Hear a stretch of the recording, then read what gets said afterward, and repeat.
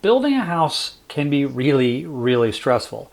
Basically, this process forces you, the home buyer, to sort of become experts in areas that you're not experts in. All of a sudden, you got to be making decisions about your electrical and your layout and building permits and loans and insurance and just things we just don't deal with on a typical basis.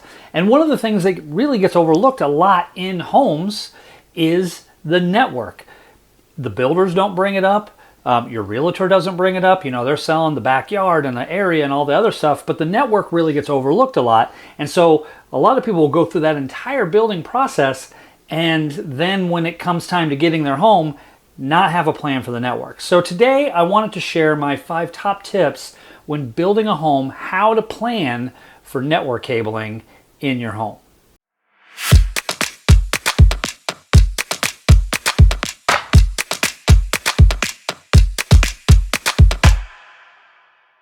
Hey guys, Tim Tritch here from Ethernet Blueprint. Now, if you're new to the channel, or maybe you just stumbled upon this video, we are very centrally focused on being able to plan and build in a great network in your new construction home. Because when you're building a home and everything is going up and all the studs are exposed, you have a golden opportunity to be able to put cabling where it is going to do you and your family the most good.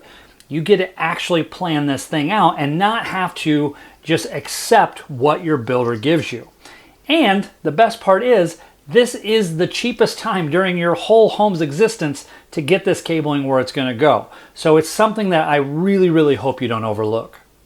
Now, like I mentioned a little bit ago, we can't all be experts in all the different areas.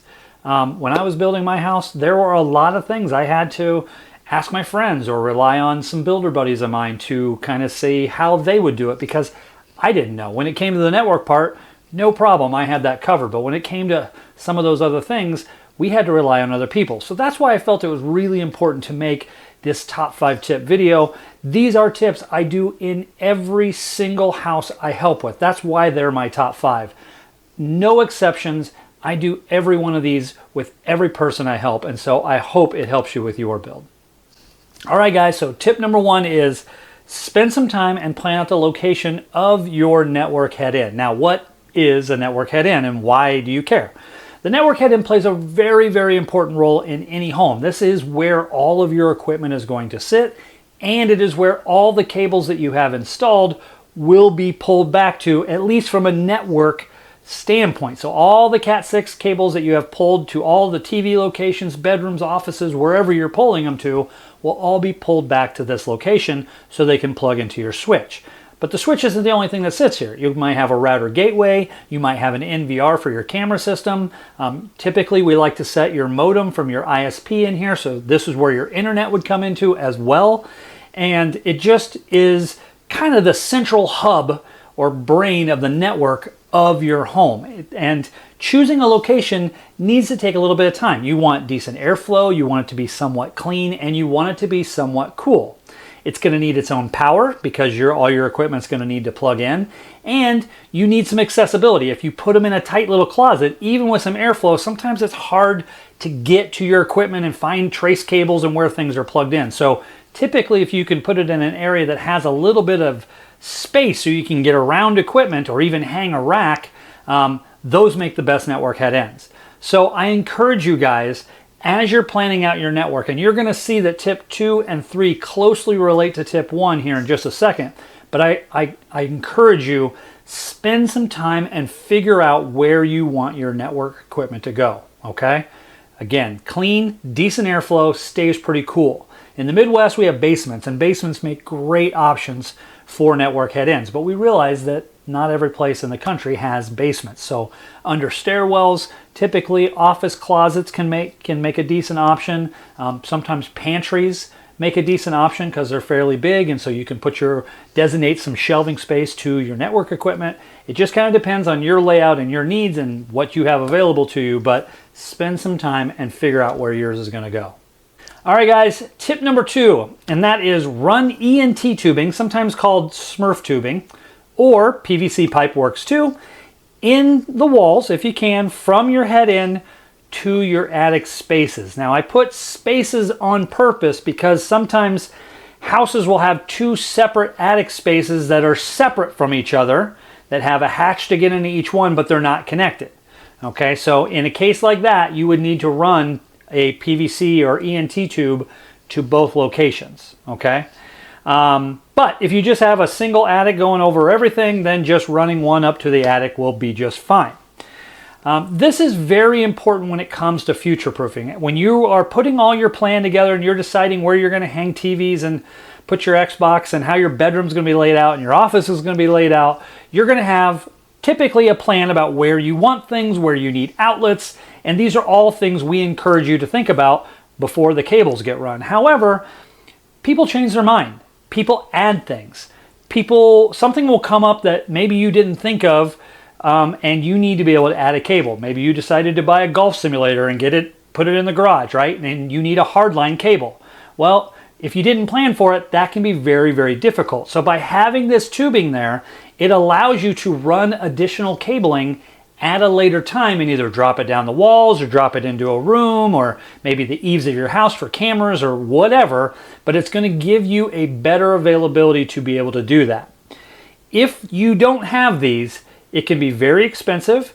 Your cables are typically exposed or run on the outside of the house, which is no good. Nobody wants to see that. And so by having it, it really can save your bacon. Now, let me use me as a case in point. When I built my house, I didn't put security cameras in. We didn't wire for them or anything. And we weren't really going to have security cameras. We've just never been security camera people. However, our house was one of the earlier houses being built, so street lighting kind of came later, and there just was some break-ins with the few houses that were, up in the neighborhood while it was being built. And so we decided we wanted to add cameras later. Now, I installed two 3-inch PVC pipes that ran down from my basement all the way to my attic space. And if I didn't do that, this would have been a miserable, and probably expensive task. But because I had that PVC in place, all I had to do was run it straight up and got the cables into my attic, and I could get to all 4 corners of my house to add my cameras and my extra things that I needed, and it worked out really, really great. Saved my bacon. Now, that's an easy example, but again, your house, you just may not know where you all need cables day one, and you're going to have a very limited window when you're working with your builder about where you want cables. You're going to do a walkthrough, and they're going to pull the cables to those locations, and then drywall is going to go up, and you're kind of SOL. So this is kind of like your insurance that allows you to add cables at a later date. Highly recommend it. Super easy to do, super inexpensive to do, and totally worth it. Now, the one tip I'll give you about this tip is if you have your builder run these and you're going to use the ENT, which kind of has some flex to them, make sure you don't have any sharp bends in them, right? Try to make very gradual bends. If you have to turn a corner to get up to the attic, which sometimes you do, sometimes you don't have a straight shot up, and that's okay, but just try not to do any 90-degree turns because you're going to have to fish something through that tube to be able to pull a cable down, and with too many bends, that can be a very difficult process, and then you have tubing that you can't use. So that's my tip within a tip, but this ENT tubing or PVC, whatever you guys decide to run, I promise you it's worth having because it's almost guaranteed you're going to need to run a cable at a later date that you didn't think of when you were building your house. Tip number 3, guys, and that is run ENT tubing, again, in your wall from the network head end to the outside of your home for your ISP or internet service provider. Now, if you look at the picture here, you'll see one sticking out of the house, and then you'll see some other cables. So a lot of times in modern homes, like homes that are being built today, the builder will run maybe some RG6 or coax cable and maybe some Cat6 or 2 Cat6 cables from outside the home to wherever your network equipment's going to go. And a lot of times that's included. That's just part of the building process. However, if 5 years after living at your home, they bring fiber to your neighborhood, you want to be able to give that fiber provider a way to extend their service to wherever the network equipment is in your home. Now, here's what happens if you decide not to do that. and you want fiber. They're going to bring the service up. They're going to drill a hole in the side of your house in one of your bedrooms or maybe your office if you're lucky, and they're going to put their fiber equipment in there. And then it's up to you to use one of your Ethernet jacks to extend it down to your router. And that is an option, but you're allowing the internet service provider to choose where they put their equipment. I say your home, your decision. And so by simply adding an ENT or Smurf tube from that location, from the area where the ISP would bring their service to your home, typically this is where your utility boxes are, your power meter, your water shutoff area, or your water pipes will come in, your water meter. So typically that's where it's at. By running this ENT tube to that location that runs back to your network head end, you ensure your ISP can bring their service and hook up into your network. It's just the best way to do it. Now, one question I get asked a lot is, well, what if I just run my own fiber? What if I just run fiber out there? A lot of internet service providers will not use third-party fiber. They can't trust it. They can't certify it. And so typically it'll just get not used. They won't be able to use it. So the next best way to handle this is give them a pathway so they can pull their fiber into the room. They will even thank you for it, because a lot of times these guys got to get very, very creative on how they're going to bring service into these houses. Every single one I've been a part of where we had this tube, the internet service provider was like, man, thank you. That is awesome. I appreciate it. We helped them get it in. Their installation goes smoother. It's faster. They're not there as long. It just makes sense. Now, part two of this is you don't want this equipment on the outside of your house just kind of hanging out of your house. So a lot of times you may need to add some kind of waterproof enclosure and put it on the side of your house so you guys can enclose all this cabling. Sometimes builders include it, sometimes they don't. So that may be a question you need to ask of your builder. But guys, I'm telling you, tip number 3, this ENT tubing for your internet service provider, it's awesome. It will help, again, future-proof. You're going to hear us say that a lot on this channel, but it'll help future-proof your home to ensure that whatever internet service provider who decides to come into your neighborhood can get service into your home. And not only just get it in your home, but get it in the location where you actually need it, as opposed to picking some side bedroom and now you got fiber equipment in the master bedroom that you didn't count on, right? This simple little task right here will stop that from happening. And again, I want to go back on tip number 2. So if you skip tip number 2, go watch it. But the thing to understand with this ENT tube is no 90-degree turns with it, okay? It needs to be a very gradual run that allows someone to run their fish tape. They'll use fish tape to fish through the tube and pull their fiber through, okay? So make sure you don't have any 90-degree bends. Otherwise, they won't be able to use it. And believe me, internet service provider installers give up very quick if they can't get their fish tape through it. They're not going to sit and mess with it all day like, you probably would if you were doing it yourself. So tip number 3, guys, very important. I do it with every single house that I work on. All right, so tip number 4 might seem a little bit like common sense, but you'd be surprised how often this gets overlooked in the houses that I'm in. And that is pull at least one Cat cable to all stationary network devices like TVs, gaming systems, and office devices. Now, I'm going to go on a limb here and just tell you that I think a physical connection into the network is always going to be more reliable than Wi-Fi. And there are people out there who argue the other side. And that's okay. And Wi-Fi is getting faster and faster and faster. However, if you have devices in your home that you know are not going to move and you know you want them to have a good connection to the internet, like gaming systems, like TVs that you're streaming on, why not give them a physical connection? Pull cable to all of those locations.